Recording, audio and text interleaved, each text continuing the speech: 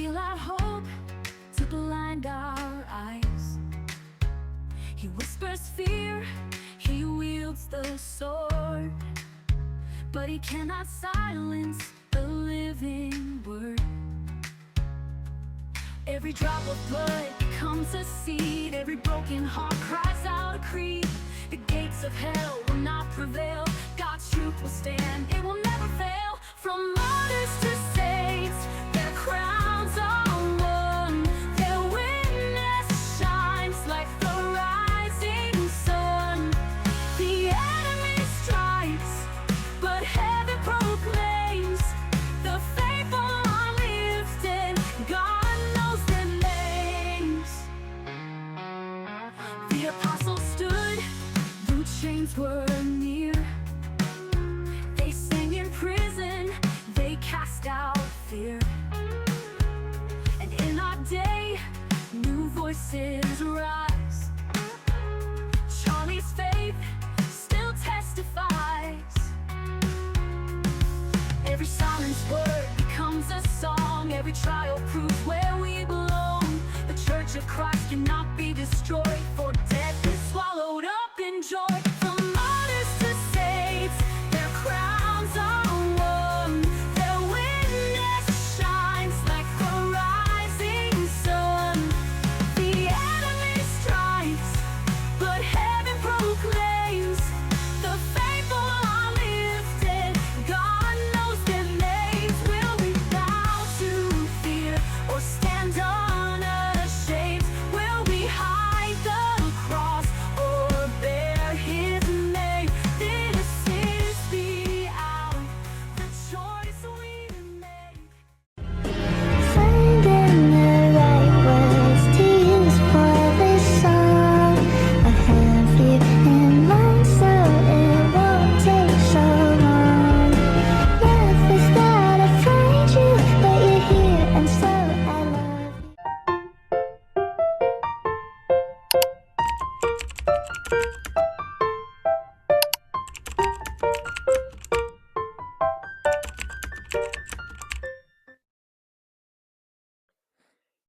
Good morning.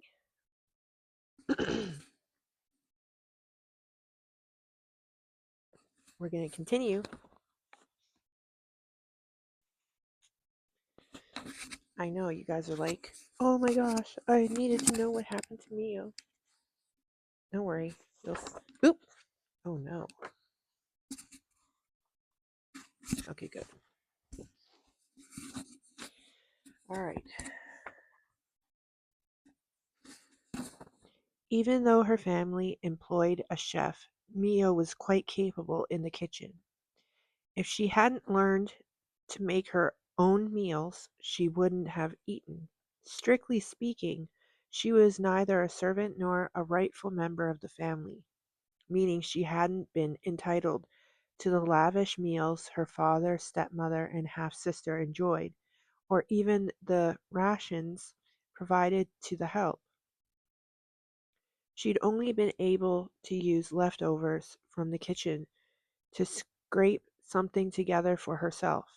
If there had been nothing left after the cook had finished preparing food for everyone else that day, she would go without eating.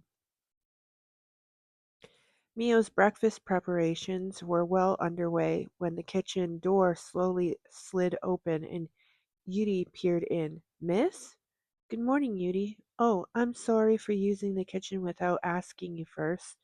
Good morning, Miss Saimori. You mustn't apologize. You're the young master's fiancé, so you can do as you please. Yudi smiled cheerfully, dismissing Mio's concerns with a wave of her hand. Rather than be cross with her, she was apologetic for having forced Mio to trouble herself with the kitchen work. Maybe I shouldn't have done this. It seemed Mio had only made the older woman embarrassed in her eagerness to help. Feeling glum, Mio hung her head, but she looked up again with surprise when Yudi gently placed a warm hand on her back. As you can see, miss, I'm a wrinkled old lady. I'm truly grateful for your help. It's nothing. The small old woman's earnest smile moved her so much her response got stuck in her throat. Well, the young master won't be getting up for a while. I shall tend to my other duties if you don't mind finishing up here on your own. Not at all, if that's fine with you. Edie nodded, satisfied with Mio's answer. She quickly donned her apron and hustled out of the kitchen. Mio was still a little crestfallen. I don't know what that means.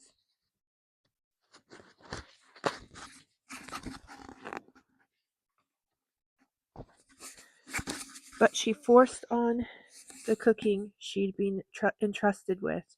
Yudi kept checking in on her as she worked and let her know when Kyoka was about to get up. Mio transferred the dishes she'd made to bowls and plates. There was steaming white rice miso soup with wakame, seaweed, and deep fried tofu, boiled vegetables, which she'd prepared well in advance so that they had thoroughly absorbed the flavors of the seasoning, and freshly grilled dried, I don't know what that is, which smelled delicious. Last was blanched spinach with dashi broth as well as pickles. It wasn't as good as the work of a professional chef, but she was nonetheless quite proud of how it turned out.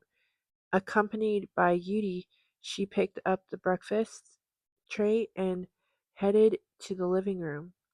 There they found Kyoka sitting cross-legged as he pored over a newspaper. It was the first time she'd seen Kyoka in his military uniform. He cut a dashing figure with the top of his skirt leisurely unbuttoned.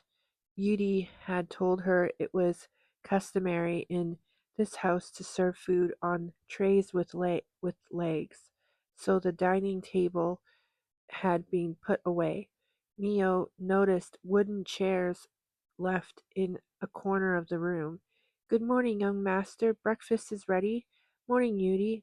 Don't call me that in front of people. Kyoka was stunning even while pouting, so much so that Mio became overwhelmed and had to avert her gaze. Young master, it was Miss Saimori who prepared your breakfast this morning. At that he seemed to finally realize Mio was also in the room. He folded his newspaper and looked at her with narrowed eyes. She was so used to being ignored that she'd have been happy to have gone unnoticed. If anything,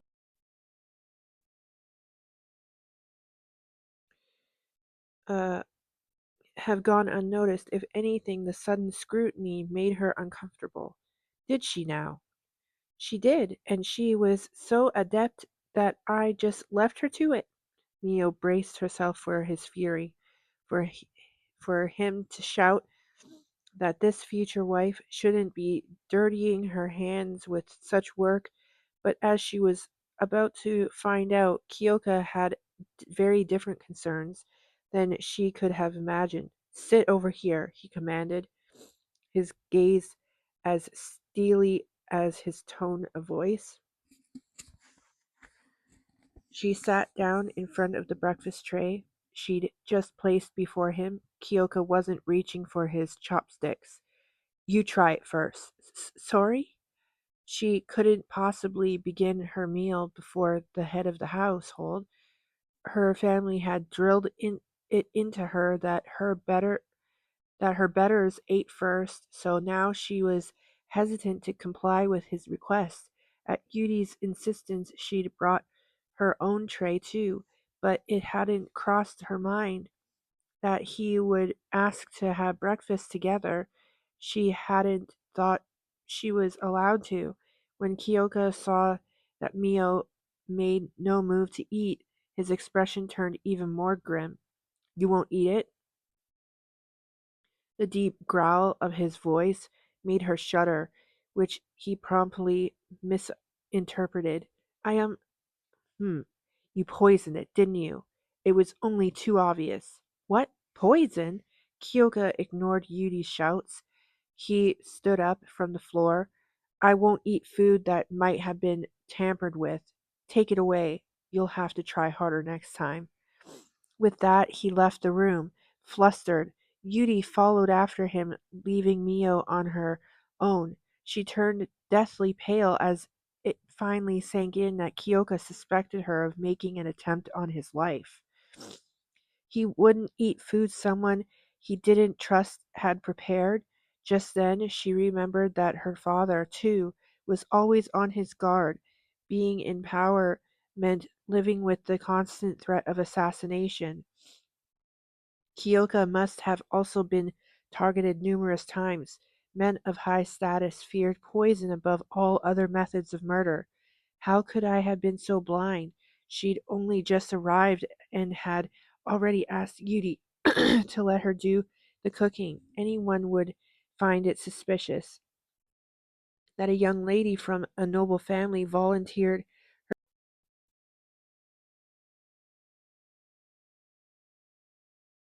Anyone would find it suspicious that a young lady from a noble family volunteered herself to the task and did it well.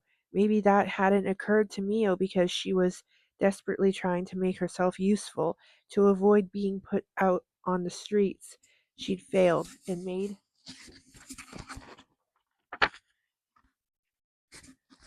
a grave error right from the start. If only she'd stayed put. She was thankful that he hadn't cut her down on the spot. She picked up the chopsticks with her trembling hand and took one bite of the rice, which had dried out a bit by then. Even though it was nothing new for her to eat a cold meal alone, somehow the food felt as heavy as if she were eating stones. The Special Anti-Grotesquerie Unit was an elite squad within the Imperial Army. It had been formed to deal with supernatural incidents. All members of the unit possessed spirit sight and often other paranormal powers as well. Any type of supernatural ability was exceedingly rare, however, and those with the gift were almost exclusively of noble birth. Since few aristocrats were willing to risk their life in military service, those who joined the Special Anti-Grotesquerie Unit tended to be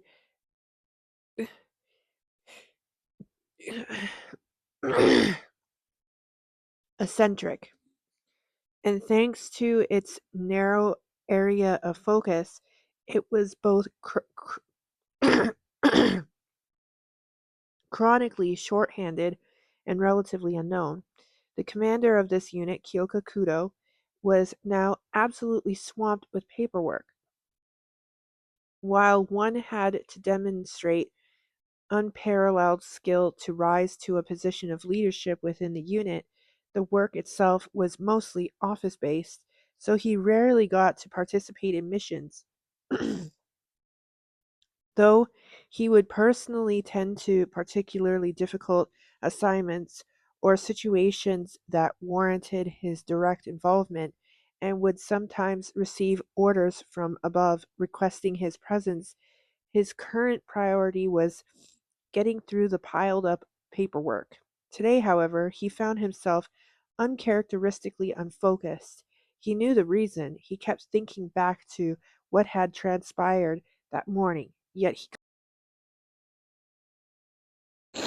he kept morning mucus. He kept thinking back to what had transpired that morning, yet he couldn't do anything to get it off of his mind. I won't eat food that might have been tampered with. He had left the new girl to mull over his words and returned to his room to get ready for the day. Yudi had followed him full of reproach. That was no way to speak to a lady. Miss Seymour tried her very best to make that breakfast for you. If I am any judge of character, she isn't the poisoning type. Kyoka still found it hard to argue with Yudi, who'd raised him in place of his mother, but this time he was determined to stand his ground. He would not eat a meal made by someone he'd only just met and who hadn't earned his trust yet. It had been a necessary precaution, especially in light of her being a Seymour, given how close in rank they were to the to his family. They could easily be plotting to assassinate him to seize his social position. It made sense for him to be cautious, but if his actions had been logical, then why did he feel uncomfortable about what he'd done even before Yudi told him off? Young master, may I tell you something? Go on. Yudi insisted that Mio Saimori was somehow different from all the previous bridal candidates. Kyoka had received many marriage proposals, more than a couple dozen, but none of the women had proved to be suitable for him. Some had indignantly turned away at first sight of his modest house. Some had angrily voiced their discontent, asserting he was ridiculous for a man of his stature to be living in a pitiful cottage. Still others had been sweet with Kyoka, but had pushed Yudi around behind his back. And yet more who'd been full of complaints, who disliked the food, who demanded a different personal room, and so on. Kyoko was sufficiently self aware to know that this choice of domicile was unusual to say the least, but he was fed up with women who didn't even bother trying to understand the man they might end up marrying. Instead, criticizing him outright, he was a proud man and conscious of his importance that he wouldn't deny. But he was neither conceited nor bossy, he thought, so he wouldn't stand those traits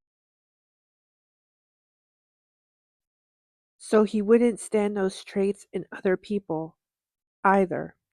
That had always been the deal breaker. I like her, said Yudi.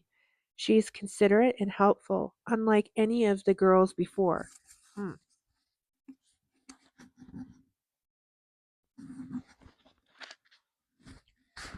He'd stolen a look at Mio when he'd left the living room. Her expression had been impassive, but had also somehow given him the impression that she'd been about to cry. Now that Yudi mentioned it, Mio did seem different from his other suitors. As he headed out for work, he found Mio waiting for him by the front door, expressionless as earlier. Have a good day, she bowed her head mechanically, nothing nothing tearful in her manner this time. I'll see you later. With her head so low to the ground, she reminded him of a servant. What had this girl's upbringing been like? Someone of her status wouldn't normally have behaved so humbly. It's too early to make a decision about her, he concluded while looking through his paperwork. He wasn't planning on keeping her around too long, but although she was a strange one, so far he hadn't disliked her. There was also the fact that this marriage offer seemed almost too good to pass up on. What's this now? I can't get a girl out of my mind while I'm working. I'm losing my touch. He heaved a sigh and forced himself to concentrate on the documents in front of him. Kyoko returned home long after the sun had set. Mio came out to greet him once again, kowtowing at the door. Welcome home. Thank you. If I may, she began timidly when he was taking off his boots, her face unreadable as usual, gaze directed at the floor. What is it? I apologize for my brazen and thoughtless actions this morning. It's only natural for a man of your standing to refuse food from someone he can't trust. I should have realized that. Yudi has prepared the entirety of our dinner tonight, and I will be merely serving it. I swear on my honor that I haven't poisoned anything. Please, sir. She was pleading for his forgiveness, groveling on the floor. He would have understood if she was angry with him, but her apology made him deeply uncomfortable, especially with how pitiful she was being. Her conduct made him feel guilty, as though he'd forced this apology on her, as if he as if he was bullying this fragile girl who bowed before him, trembling slightly. I didn't really think you'd poison my food. He was just being careful, warning her of his concerns. I didn't choose my words well, so I sounded too harsh. Not at all. It was my mistake. She shrank back in fear, looking even more pitiful. Kyoka wasn't trying to intimidate her. Yet she was clearly terrified. He scrutinized her further, strengthening his earlier impression of how she didn't fit the image of a high-born girl. Her kimono was not just well worn, it was flat out shabby. The thinness of her neck and wrists could be explained only by malnutrition, and the long black hair she wore, plainly tied back, looked damaged and lifeless. On top of that, the skin on her hands was rough and cracked, as if she'd been cleaning or laundering daily. These days, even commoner girls from the city were more put together than her. Have you eaten yet? He couldn't even see her head, which she'd barely raised to answer. Well, Kyoka didn't understand why she'd gone silent.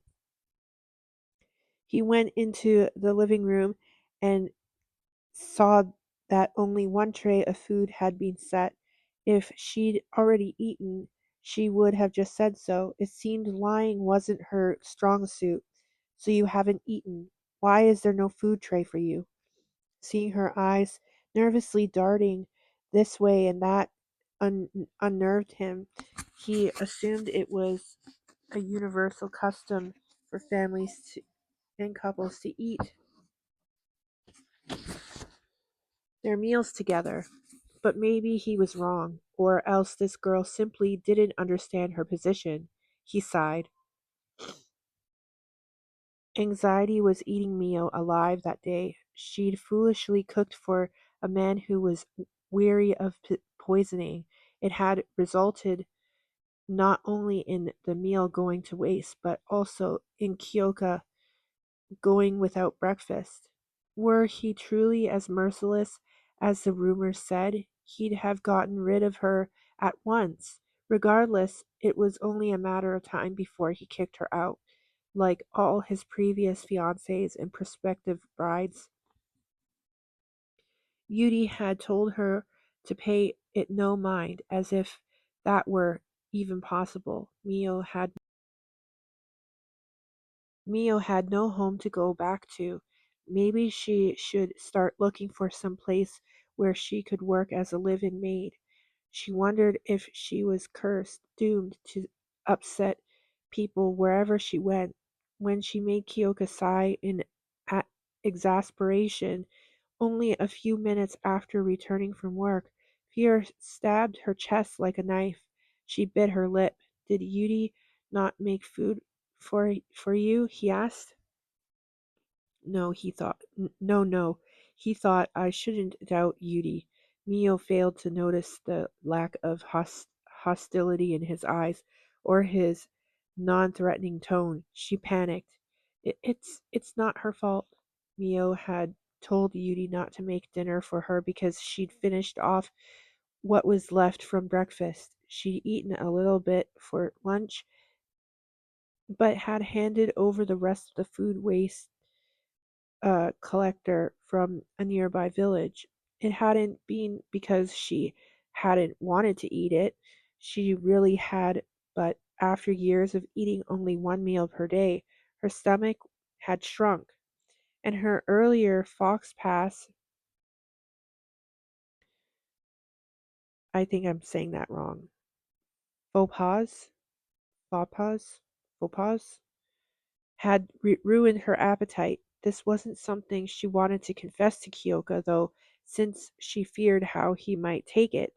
Also, if she told him the truth, he would ask her why she wasn't eating properly at her home and would find out about how her family had treated her there, something she preferred to keep under wraps.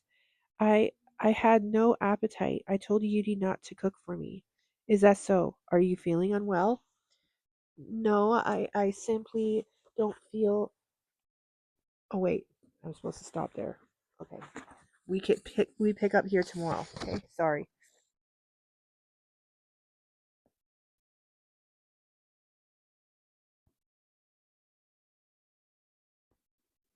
I mean Sunday. Sorry. I have my Sabbath at sundown tonight to Saturday sundown. So Sunday we will continue. It's getting good, isn't it? I know. This is when he starts caring about her. She doesn't realize it just yet. She doesn't realize it until he outright shows his affection for her. So it's about to get really. Things are about to pick up very quickly now, and it gets way more interesting. Um, I just love my happy marriage. You can tell already that the order of the household traditionally was man in charge, woman, then children. And Kyoka was raised properly, so he knew that the man was the head of the house. And the order, and that's how you have order in the home. You know what I mean? And Mio, the way she was raised, she always deferred to whoever was in authority. So that would have been the man. So she defers to Kyoka. She doesn't try to usurp authority. She doesn't try to rule. She doesn't try to do this or that or the other, not like the other girls from noble families who were spoiled rotten, like Kyoka was explaining. And so Mio's much different. She defers to him. She doesn't try to usurp authority. She just tries to be useful.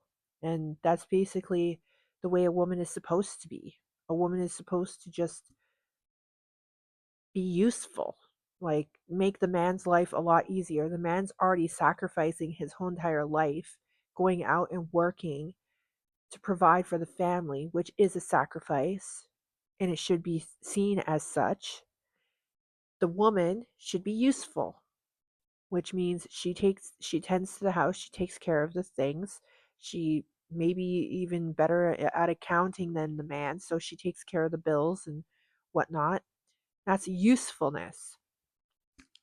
And that's all I've ever wanted to be, was useful. So I feel that that really deep need to be useful, where Mio feels the deep need to be useful. I feel that. That's all I hope for too, is to be useful.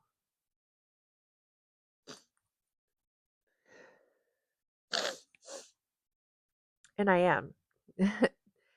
uh, Women are a very essential part of the home. Like I said, we're CEOs.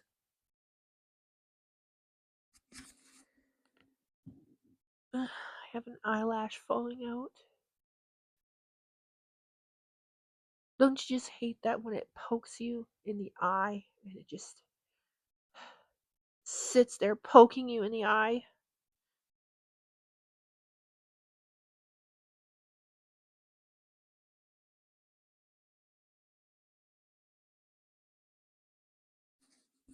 All right, y'all. I still have my moon cycle. And it's still annoying. So, I will see you on Sunday, where we will pick up where we left off. And I'll remind you, don't worry, I'll remind you before we even start. where we're at, what has happened, so that you guys can recap. We'll do a recap before I continue. And yeah, and hopefully we can get to chapter 2, and we will do chapter 1 review of The Excellent Wife, and then we can start chapter 2 of The Excellent Wife on Monday, and chapter 2 of My Happy Marriage. Wouldn't that be cool? Yeah, that'd be cool. All right. I love y'all. Have a wonderful morning. Later for now. God bless. They told me I was outdated, just a shadow of the past. Said long skirts and shawls don't shine, don't never last. But I don't dress for fashion shows or this world's fleeting praise. I'm clothed in grace and reverence in the ancient ways. I'm bringing modesty back. Yeah, it's heaven's kind of track. Beauty's not in what you bear, but the peace you carry there. A gentle spirit, pure and true. That's the crown that makes me new. I don't need the world's applause or flattery's attack. I'm bringing modesty back. The word says older women should show the younger how to walk in piety and faith, to keep a sacred vow. Not loud or bold in vanity, but steady, meek and kind, with heaven's light upon their face and Christ upon their mind. I'm bringing modesty back. Yeah, it's heaven's kind of track. Beauty's not in what you bear, but the peace you carry there. A gentle spirit, pure and true. That's the crown that makes me new. I don't need the world's applause or flattery's attack. I'm bringing modesty back.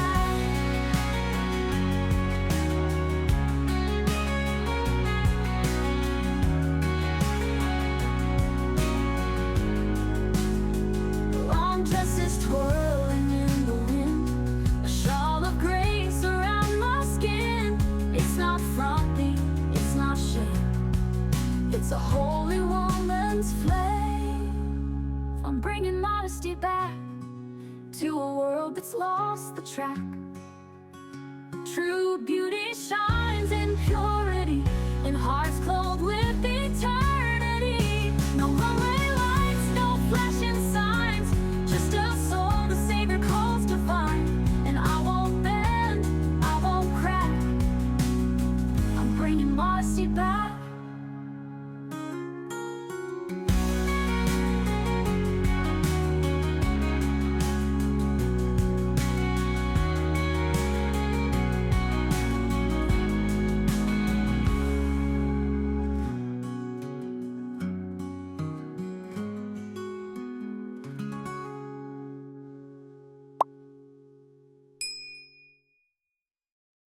I'm bringing modesty back.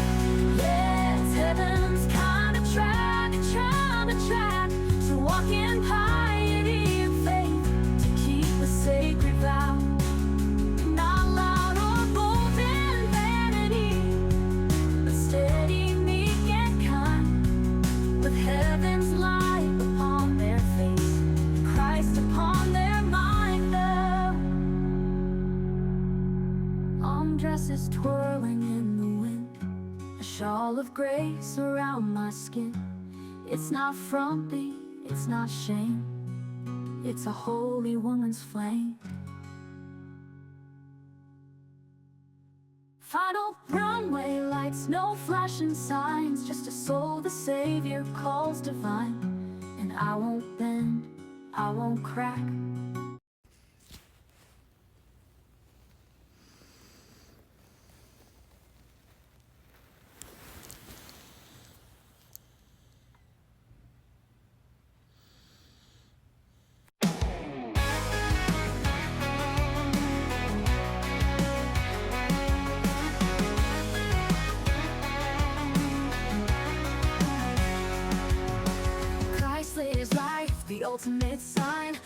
love poured out, eternal divine. He showed us the way, the cross to embrace, to live as his own, unashamed by his grace. In a culture of death, we choose to speak life with faith unshaken. With courage we rise. The enemy trembles when truth resounds. For what God has anointed, he has crowned.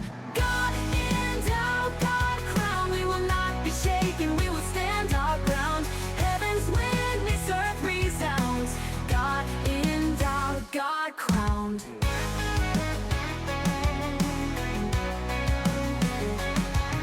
I see it in Erica, I saw it in him. A faith unbroken, light that won't dim.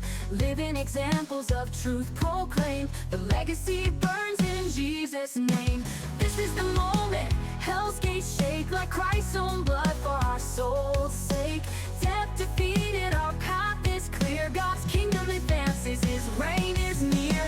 God endowed, God crowned. We will not be shaken, we will stand our ground. Heaven's witness, earth resounds. God endowed, God crowned. God endowed, God crowned. We will not be shaken, we will stand our ground. Heaven's witness, earth resounds. God endowed, God crowned.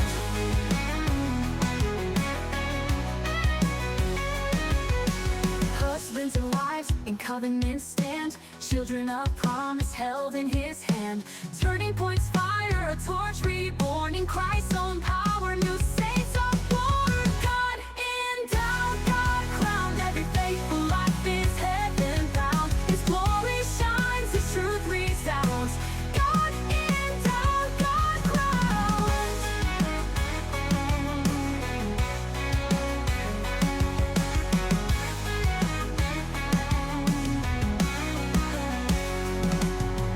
God endowed, God crowned. We will not be shaken, we will stand our ground. Heaven's witness, earth resounds. God endowed, God crowned. God endowed, God crowned. God endowed, God crowned.